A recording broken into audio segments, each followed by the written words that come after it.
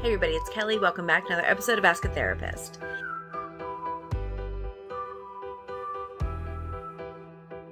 Today I am answering a question that I have been asked so many times the last couple of weeks that I feel like it's probably important just to put it out there in case this is something that other people wanted to know. I've been asked numerous times what made me decide to go into counseling. I don't talk a lot about me in these videos usually because, well, therapy is not really about the therapist, it's about y'all. But also I'm kind of a talking head on a screen when I do these videos, so I guess I can make it about whatever I wanted to.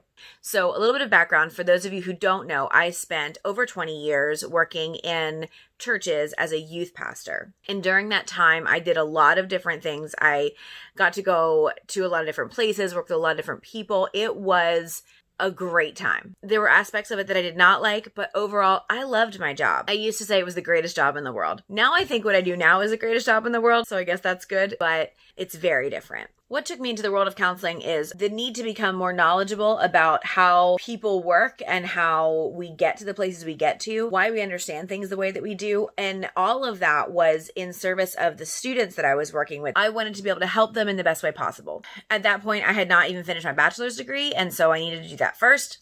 I went back, finished my bachelor's degree in youth ministry, and then I went immediately into a counseling program. In doing the counseling program, I then started to see some changes in the church world, and some of those changes were things becoming more polarized, things being more divisive, lines being drawn in the sand that were concerning to me, knowing who I am and the relationships I have outside of the church and inside of the church.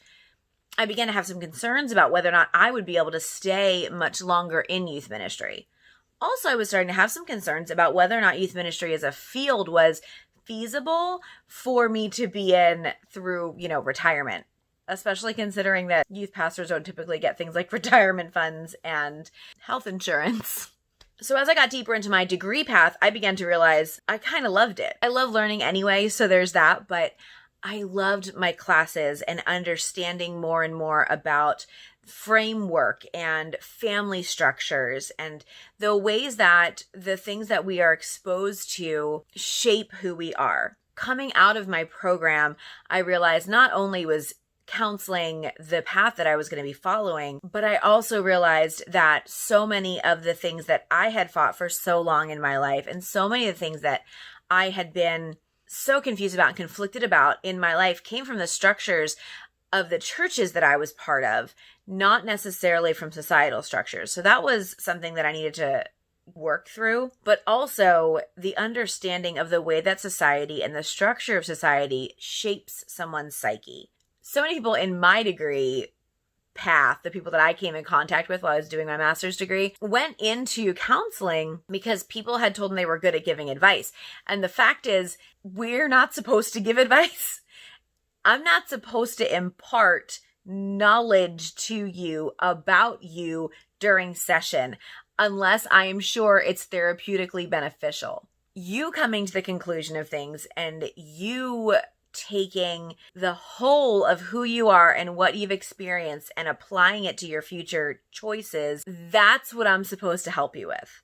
And that's what I love helping people with. I think about a year ago now, I started really looking at other options on how to make mental health and therapeutic resources accessible to everybody because I was noticing that still, some people are very confused about the counseling process. And it's almost like there's still this shroud of mystery for certain age groups about what counseling is and how you can benefit from it. And so I started making these videos. It's been about a year now that I've been doing the Ask a Therapist videos, and to varying degrees of success. I love making them because I love talking to people and I love the option that they can pause me and think about what I've said and come back and maybe watch it a couple of times because, this anxiety issue or this imposter syndrome issue has come back up in my life. And so I'm going to watch it again to kind of get a refresher. I love the idea that that kind of stuff is accessible to people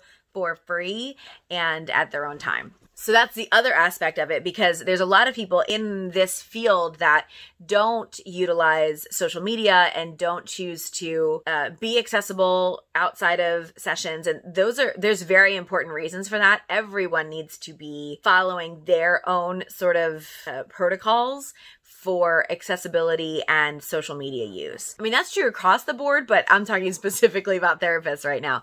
Everyone needs to know what their lines are and where they're comfortable drawing those. Being a therapist has exposed to me the amount of work that we still have to do as a society, and the fact that as individuals, we are never done working on ourselves. I don't know why we ever thought that we would get to stop working on society also, because if we're constantly changing and evolving and maturing in our understanding of things, then so should society be. So the other question people ask is, what do I dislike about being a therapist? And it's such a weird thing for me to answer sometimes, because what I dislike the most about it is it's hard sometimes to make friends. And part of that is just the structure of my life and what I choose to spend my time on when I'm not working. But part of it is just because when you meet somebody new and they're like, oh, what do you do?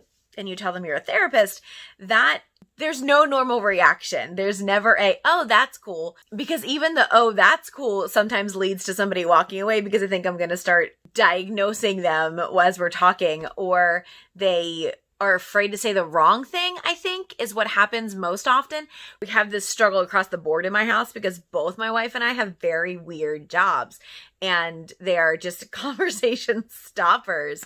They're also jobs for me, well, and for her, that when I come home, if it's been a long day, the very idea of being around other people is the least appealing thing I can think of. And so I would rather just go home and let's watch TV or play a video game or do something that involves no one else, right? So then those small windows when I do have time that I want to spend with other people, they also have to be able to spend time with me in order for me to actually have friendships. So that part's been odd. The other thing that people ask me a lot is, what would you tell somebody who's going to go into this degree path, who wants to go into this career?